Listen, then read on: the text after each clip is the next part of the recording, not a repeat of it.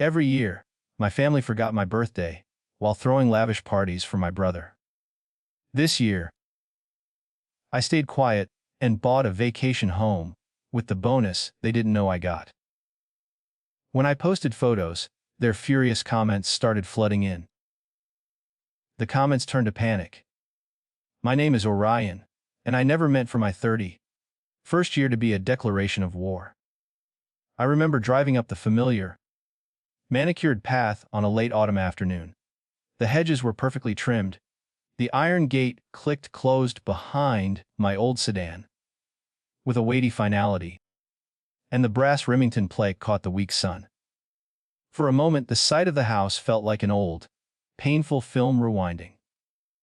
The foyer, as always, smelled faintly of lemon polish and the expensive, powdery floral scent my mother, Eleanor, always wore. I stepped into the living room, and the room hit me like a prepared set piece, a shrine built for only one purpose. Trophies gleamed on shelves, framed certificates crowded the walls, and a large, newly commissioned portrait of Beckett in a tailored suit hung above the mantel. Everything spoke of success, achievement, and, most importantly, visibility. I had learned to look without expecting to be seen. That was my foundational practice, the first rule of being Orion. I used to think the ache of omission was accidental, the byproduct of their busy lives. But, standing there among the artifacts of someone else's life, the feeling of invisibility in my own home was sharper than ever. I carried 3 birthdays like heavy bookmarks in a story I was not permitted to write. At 8, I woke up certain there would be candles and pancakes, that small, essential warmth of childhood. Instead, I found my parents animated and laughing on the phone in the den. Beckett won his tennis match. There was no cake, no candle. The day simply slid by. I learned then that my own excitement could be folded away. On my 16th, my mother gasped at dinner, a flash of sudden, performative embarrassment crossing her face. "Oh my God, I forgot it's your birthday," she said, promising a celebration next weekend. A promise that dissolved the moment she finished the sentence. The apology was immediate, the follow-through, invisible. My 21st birthday was swallowed entirely. The house was full of strangers, cocktail dresses, and tuxedos, because that was the night of Beckett's engagement party. I stood in a corner with a plastic cup and pretended that clapping for someone else's future was what I had come here to do. The arc from anticipation to disappointment had become a predictable, cyclical loop. One evening, searching for an old book in the attic, I found under a bundle of tissue a small, creased card with my name on it, written in Eleanor's looping hand from when I was 6. "Happy birthday, my little star." It sat in my palm like evidence of a different past, a timeline where I had been noticed enough to be given a name and a hope. I left the house that night with the same hollow warmth I always carried. The quiet, private promise that if they chose to forget me, I would choose to remember myself. That promise took concrete form 6 months later. I had been working at Astra Creative, slowly climbing the ladder, saving every dollar. Marisol Vega, the creative director, had a way of tipping her head and saying, "Orion, you see what the rest of us miss." In that sentence, a small, echoing room inside me stopped. But the A appeared for my recent birthdays like a predictable weather system. Late replies, celebrations, moved to accommodate Beckett's milestones. My achievements shrugged off. I learned to scroll past the champagne toasts on their Instagram stories without swelling. Then, during an ordinary, obligatory kitchen visit, I passed by my mother's home office. Over her desk, pinned beneath a magnetic clasp, was the large family calendar. My breath hitched. Beckett's ceremonies, dinners, and rehearsals were circled in bold red marker. My own birthdays, though, were crossed out. Next to them, in Eleanor's neat small hand, was the devastating annotation, "Prioritize Beckett. Move to next weekend." The heat that rose in my chest was not the fleeting burn of anger, but a cold, steady determination. This was not forgetfulness. It was a clear, calculated editorial choice. My mother, my father, they had deliberately placed my life in the margins. It was a record of choices, not mistakes. If they are editing me out, I thought, then I will write myself back in. I returned to San Francisco with a plan that felt more like resolve than ambition. I took every extra brief, stayed late, and studied the metrics until they became leverage. I began feeding a new savings account, not just with spare change, but with the spare change of my dignity. One day, I promised myself, I will own something that belongs to me, something they cannot control. The realization of the calendar, that the deletions of my life were purposeful, had given me a kind of energy I hadn't known before. It wasn't the volatile heat of youth. It was the quiet, concentrated fuel of someone who knew exactly where the boundaries of their existence lay and was prepared to push past them.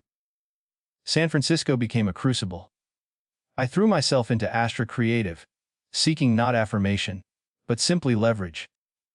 I was no longer working to prove I was worthy of their attention. I was working to build an escape velocity strong enough to pull me free. The realization of the calendar, that the deletions of my life were purposeful, had given me a kind of energy I hadn't known before. It wasn't the volatile heat of youth. It was the quiet, concentrated fuel of someone who knew exactly where the boundaries of their existence lay and was prepared to push past them. San Francisco became a crucible. I threw myself into Astra Creative, seeking not affirmation, but simply leverage. I was no longer working to prove I was worthy of their attention. I was working to build an escape velocity strong enough to pull me free. My first year was a blur of caffeine, deadline pressure, and the singular determination to save every dollar. Marisol Vega, the creative director, proved to be an unexpected mentor. She had a way of cutting through the noise, demanding clarity, and pushing boundaries.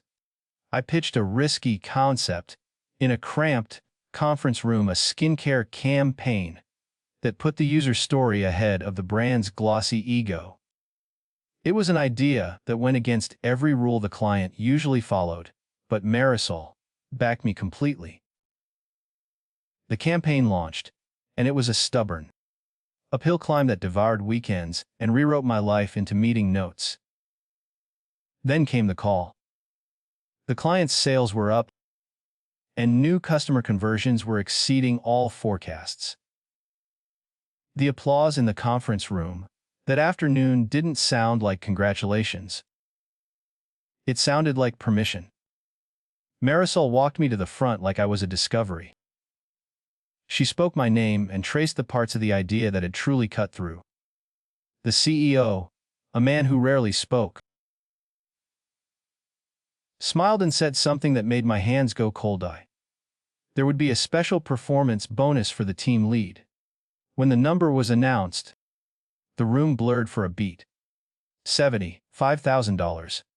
It was an absurd, glorious sum.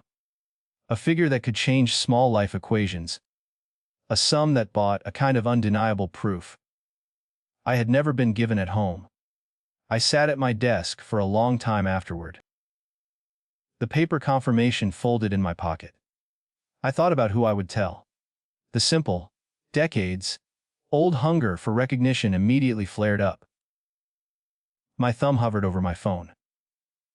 There was a desperate impulse to text a photo of the letter, to watch my parents' faces soften, to hear my mother say, "We are so proud." It was the last, foolish hope that years of deliberate omission could be erased by a single, shared triumph. But another voice, older and steadier, cataloged the facts. The pattern. The birthday at 25 when they were preoccupied with Beckett's acceptance to the top law firm. The late replies, "We will celebrate when you are in town." The 27-year mark, when Beckett closed on his house, tilting the holiday photo album once more toward his milestones. Each omission taught me to expect less, to plan more for myself. I called Rowan, the only person I trusted outside of work. She listened to the story of the bonus. Her voice, warm and clear, was comforting. "Celebrate, Orion," she said. "Show them. If they mean it, they will be happy for you." Her words should have been comforting, but they only sharpened the question. Was their happiness ever really for me, or always for the story they wanted to tell? The experiment was born from that doubt. I decided to keep the bonus entirely to myself. The choice felt like a quiet, internal test. If I made something that belonged only to me and said absolutely nothing, would the family notice that I existed? What would happen when I had nothing they could use or control? I opened a new, high-yield savings account and started feeding it like a ritual. Late into the night, I began reading property listings, drawn to places that felt like permission. I didn't want the perfect house, I wanted the honest one. Small, weathered cottages with decks and docks. Places that looked plain on the outside, but felt real inside. Lake Chelan kept reappearing in the searches. A compact cottage with a wraparound deck, a stone fireplace, and a private dock that leaned into the water like an invitation. I emailed the realtor, Laia Moreno, and scheduled a virtual tour for the next day. The funds were secure. The quiet declaration was about to be made. The virtual walkthrough of the Chelan cottage, conducted late one evening with Laia Moreno, felt less like a transaction and more like an emotional inventory. I saw light slicing across worn floorboards, a kitchen that desperately needed love, and a small den with built-in shelves begging to be filled with books that reflected my interests. The house looked unassuming from the outside, but it promised honesty within. It was perfectly imperfect. It was my 31st birthday. I took the morning slow, a silent, defiant ritual. Coffee on my small apartment balcony, a walk around the neighborhood. The simple, necessary act of giving myself the day, even if no one else would. This self-acknowledgement replaced the years of waiting for a phone call that never came.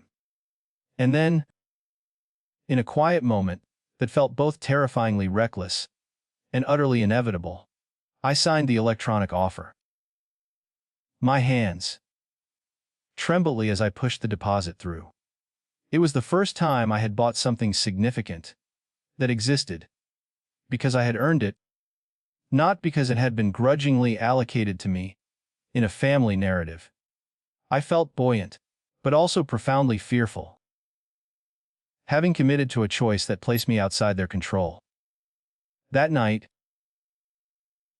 I stood on my San Francisco apartment balcony and looked across the glittering water toward the Bay Bridge.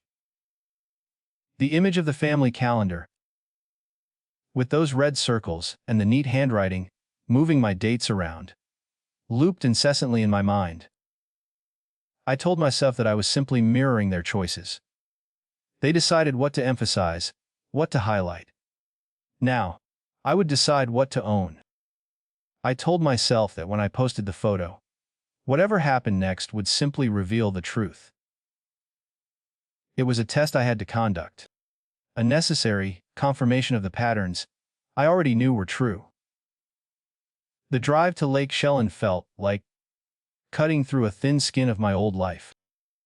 The highway opened up, and the world smelled of pine and cold, clean water. The farther I drove from the perfect, controlled landscape of Beverly Crest, the lighter the air felt in my lungs. I arrived mid-afternoon. The house was exactly as promised. peeling paint on the porch that made it look lived in rather than neglected. A boulder-lined path leading down to a private dock. The light fell across the deck in a way that seemed to issue a quiet, powerful command. Stay. I unlocked the front door with the keys Leia handed me. The silence inside was the kind of permission I had been starved for. I unpacked a few essential boxes, set a mug on the worn counter, and without much thought, I took a handful of photos. A close-up of the rough, honest grain of the banister, the lake mirrored like glass, sunlight blooming on the deck chairs. I selected just one of those photos, the one of the water reflecting the sky, and posted it to my personal feed. The caption was deliberately minimal. A weekend reset. It was meant as a private punctuation mark, a note to myself that the cycle had been broken. The first replies were the ones I expected. Rowan's heart, eyed emoji, and a quick message. Where is this? Did you buy a place? A couple of colleagues asked if I was taking a sabbatical. Those messages made me smile.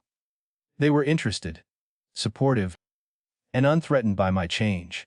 But then, my phone buzzed harder. A text from my mother arrived, short and sharp, like a drop dish. Where are you? Whose house is that? Call me now. It arrived like an alarm bell ringing in the quiet sanctuary of the house. Another followed almost immediately, sharper, more insistent in tone. Orion, this is not a joke.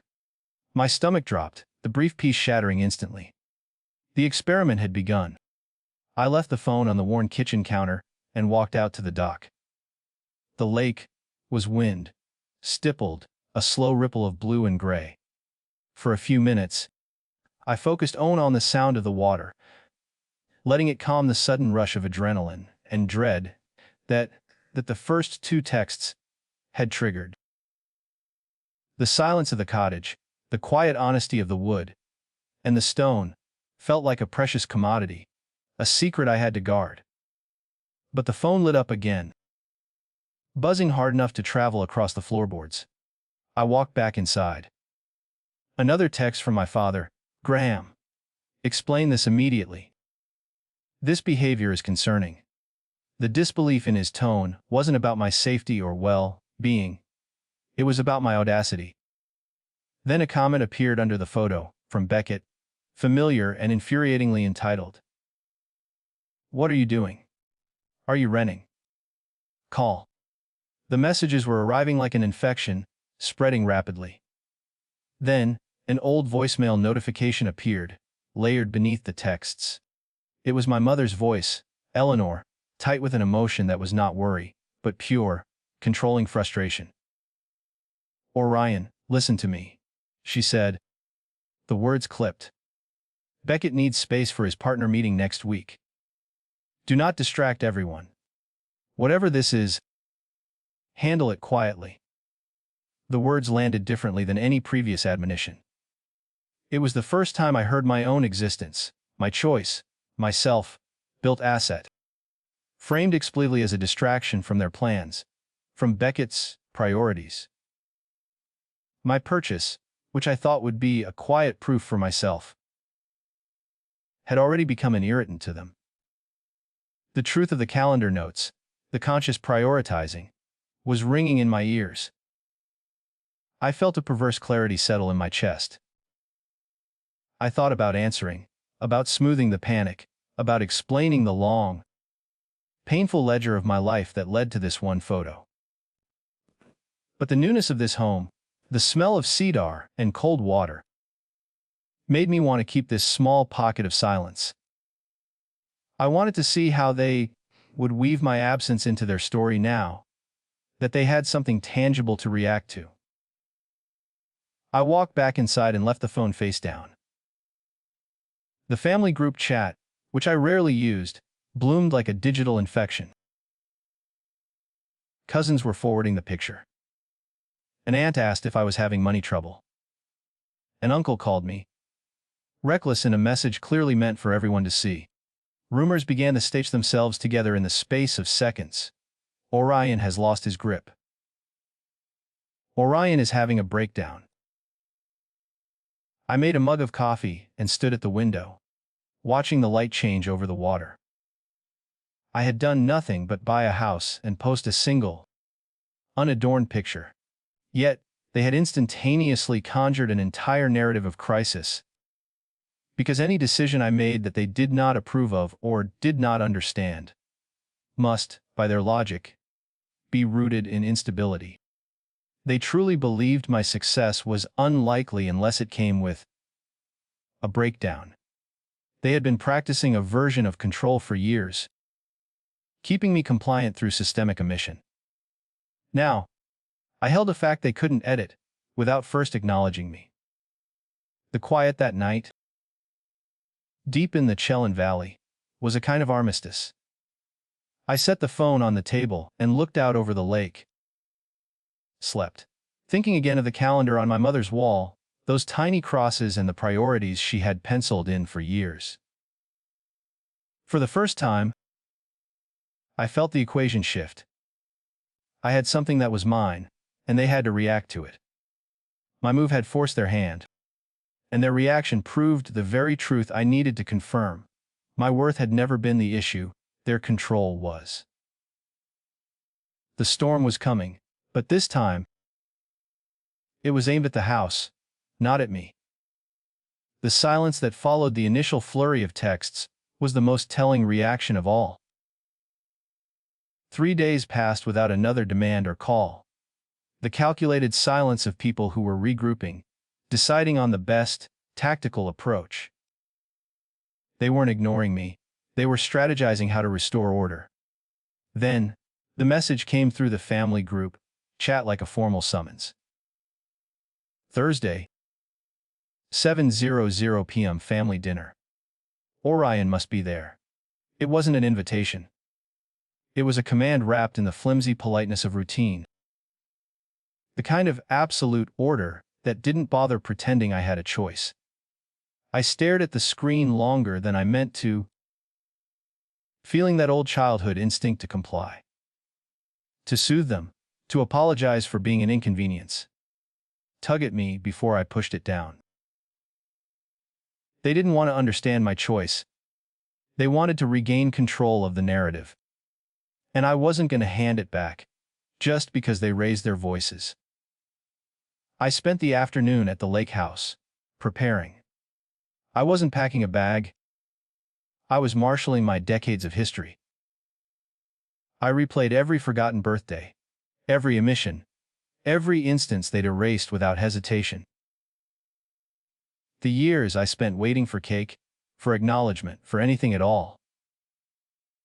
I told myself I was not walking back into that house to shrink again. I was going, because I needed to see them, clearly, without the soft, distorting focus of wishful thinking that had always clouded my judgment. The drive back to Beverly Crest felt heavier than the drive to Chelan. The landscape tightened, becoming more manicured, more controlled, until I reached the familiar iron gates. I arrived exactly at 7:00. Instead of using my old key and slipping inside like I used to, an invisible guest in my own home, I rang the doorbell. The simple, deliberate act felt like reclaiming something small but significant. It made me a visitor, someone who had to be consciously admitted, rather than a piece of background furniture. My mother, Eleanor, opened the door, her smile strained at the edges, her eyes flickering over me, trying to gauge what version of me she would have to manage tonight.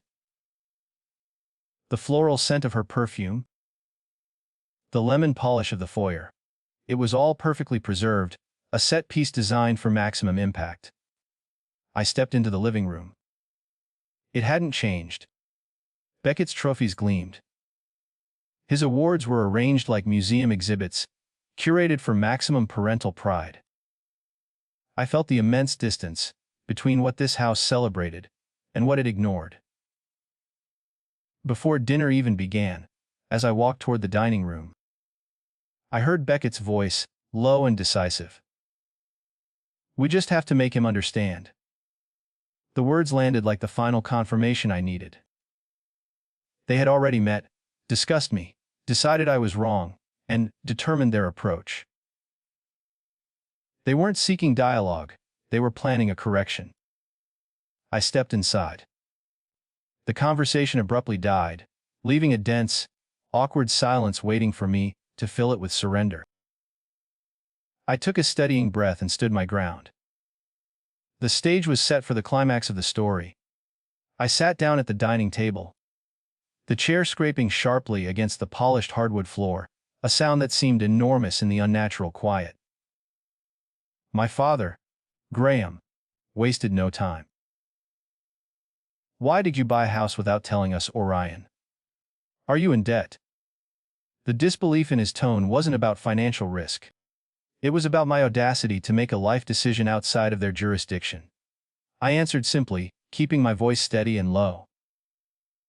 No. My mother, Eleanor, leaned forward, her eyes wide, almost accusatory. Then where did the money come from? Orion? You cannot hide things like this from your family.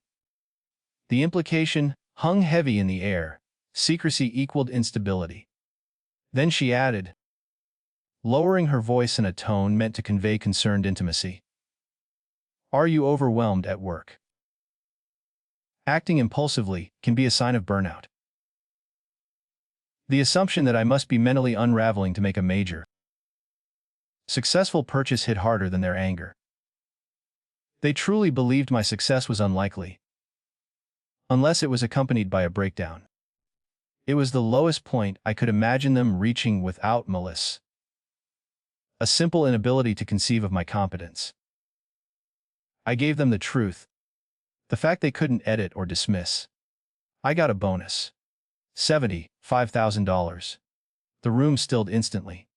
Graham frowned, as if I had spoken in a language he had never bothered to learn.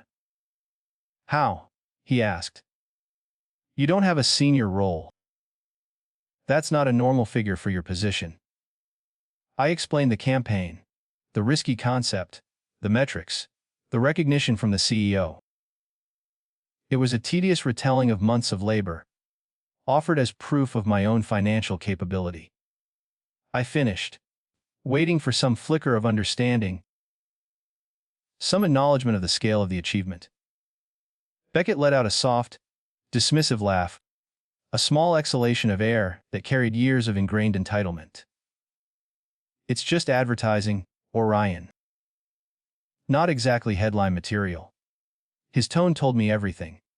No matter what I achieved, it would always be framed as less than his own path. Always framed as something minor. This was the core of the wound, exposed. The conversation shifted when I brought up the birthdays. The real reason I was sitting there. I didn't raise my voice. I simply said, I remember them. Every one you chose to gloss over. Eleanor's expression pinched, then she slipped, accidentally confessing the truth I had only suspected. I thought you didn't like a fuss, she whispered, her eyes darting away. And Beckett always had more going on. So She didn't finish the sentence. But she didn't need to. She had admitted it without understanding the gravity of her confession. They prioritized him. Deliberately. Repeatedly. I stood slowly, my chair scraping the hardwood floor again, a sound that sliced through the room. I stayed quiet, because saying anything never changed anything. But I am not a child anymore. I don't need permission to build a life. Graham set his jaw. The time for discussion was over. He delivered the command. Sell the house. You are not equipped to manage property. It's the sensible thing to do. It wasn't advice. It was an order, a final demand to snap back into the family hierarchy. I felt the moment settle. Heavy and irreversible. This was the final battle. I realized then that the conversation wasn't about real estate. It never had been. This was the first time I had chosen myself in a way they couldn't ignore. and their instinct was to tear down the physical manifestation of that choice. "I'm not selling," I said. The room went silent. It was the kind of silence that doesn't just stop a conversation, it shifts the ground under your feet. For the first time in my life, I had chosen myself in a way they could not dismiss or ignore. The air in the house grew thick behind me, as if the walls themselves objected to my refusal. I let the quiet gather around us, gathering its weight and consequence. There was nothing left to say, slept, nothing they would understand, and nothing I needed to prove anymore. I turned toward the door, retrieving my coat from the back of the dining chair, the fabric cool and heavy in my hands. My mother hurried after me, her voice tight with a rising panic that felt closer to fear than to real understanding. My father remained halfway out of his chair, rigid and silent, maintaining the facade of authority, even as it crumbled. I stopped in the foyer long enough to deliver the final piece of clarity I owed myself. "I'm not going to apologize for building a life that is mine." And something in the room, in the atmosphere, in their faces, tightened like a pulled thread about to snap. Outside, beneath the porch lights, Beckett stepped directly into my path. He looked neither angry nor entirely arrogant, just fundamentally confused, as if my choices were written in a language he'd never had to learn. "What are you trying to prove?" he asked. I looked him straight in the eye, seeing him for the first time not as the family's gold-plated icon, but as a man burdened by their expectations. "I'm not proving anything to you. I am proving to myself that I deserve more than being the background character in my own family." He didn't argue. For the first time in years, he didn't have a comeback ready, no superior quip to toss out. He simply stepped aside, quietly, and that silence said more than anything he could have thrown at me. Driving away from Beverly Crest felt like peeling away an old, painful skin. Relief and sadness braided together as the neighborhood of perfect lawns and high gates gave way to the open road. I replayed my father's words, his certainty that I was incapable, his insistence that my decision was reckless, and felt the familiar sting. But beneath it, a new, growing steadiness had settled. My phone buzzed. Rowan's name lit the screen. I answered and told her everything: the dinner, the accusations, the demand to sell. "They're scared, Orion," she said, her voice sharp and clear. "You're independent now. People who relied on your silence don't know what to do when you stop giving it." Her words settled into me with the weight of truth. Their reaction wasn't about the house. It was about the loss of control over my narrative. Not long after the call ended, an email notification appeared, seemingly by coincidence, or perhaps with a touch of cosmic timing. My mortgage approval had officially cleared. The house was mine. No turning back. The universe, it seemed, had waited for me to stand my ground before issuing the final, legal signature. Then came a voicemail from my mother. It was 2 sentences layered with contradictions. "I am only worried about you," followed immediately by, "Please don't do this while Beckett has such an important week coming up." Even her concern was filtered through the lens of his priorities. A text from my father arrived next. "Pure Graham. If you do not attend the family meeting next week, don't blame me for the consequences." It was a message designed to snap me back into place, to remind me of the hierarchy I was expected to obey. Instead, it clarified something I hadn't fully admitted before: their love had rules, and those rules had always been built around someone else. I didn't drive back home to San Francisco. I turned my car north, toward Lake Shellen. The road wound through dark pines and long stretches of quiet highway. the night air brushing against the windows like a physical reassurance. The farther I got from Beverly Crest, the easier it became to breathe. I arrived well past midnight, my headlights sweeping across the gravel driveway of my new home. I unlocked the door. The quiet inside was total. I looked out over the vast, dark expanse of the lake, a steady presence that asked me to earn nothing. I realized then that I wasn't afraid of losing my family anymore. The only thing that felt truly unbearable now was the thought of losing myself by returning to the version of me they preferred. I spent the next week at Lake Shellen, letting the silence settle into me like fresh paint. I repaired the loose screen door, rearranged the living room, and bought a simple, sturdy desk for the corner that caught the morning sun. The house felt sturdier every day, as if it approved of my presence. The peace wasn't perfect, it had an echo of grief in it, but it felt honest in a way my childhood home never had. I was alone, but I wasn't lonely. Not anymore.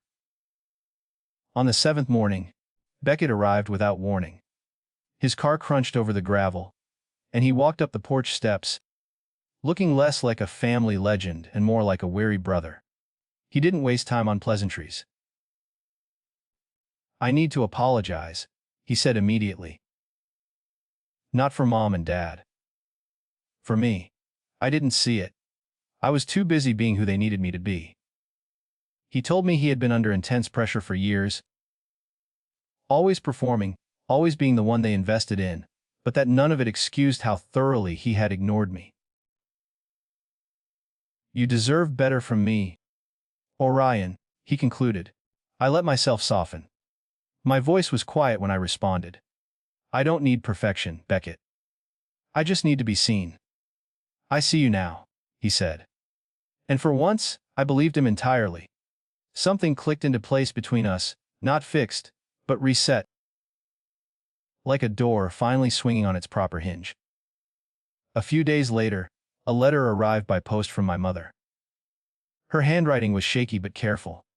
She apologized for the years she had built the family around Beckett's trajectory and had assumed my quiet meant comfort instead of resignation. The letter was imperfect, excuses tangled with guilt, but it was real. She wrote, "If you will let me, I want to start fresh." My father, Graham, didn't send an apology. But he sent something I never expected, an email about property values in Lake Shellen. "It's a solid investment," he wrote. "Maintain it well." It wasn't affection, but it was acknowledgement. For him, that was seismic. I agreed to meet them at a cafe in Seattle. Neutral ground, where the walls didn't hold any of our history. We sat across from each other. 3 people relearning how to speak. I explained the boundaries I needed, the ones I should have set years ago. I told them simply that I would not contort myself to fit their expectations anymore. Graham nodded slowly, his eyes fixed on his coffee. "I'm not good at this," he admitted.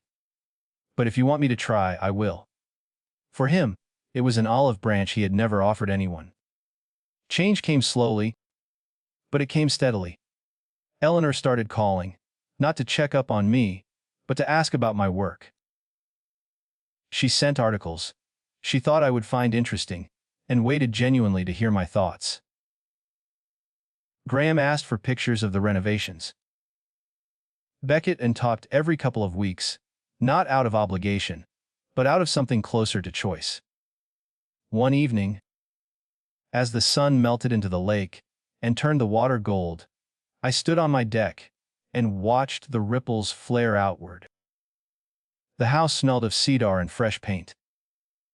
I felt truly rooted. I thought about all the years I had spent waiting to be celebrated, waiting for someone else to mark my life as meaningful. But the truth had unfolded itself gently over these weeks. My worth never depended on whether my family remembered my birthday. It lived in the quiet courage of choosing myself, even when no one else did. I whispered into the open air, almost to the lake itself. What I needed wasn't a perfect family. What I needed was the right to exist fully in my own story. The cottage wasn't just a home. It was proof. Proof that I could build something solid out of the parts of myself they had overlooked. If they learned to see me, wonderful. If they didn't, my life would still be whole. I had finally found the place I belonged because I chose it, and because it chose me back.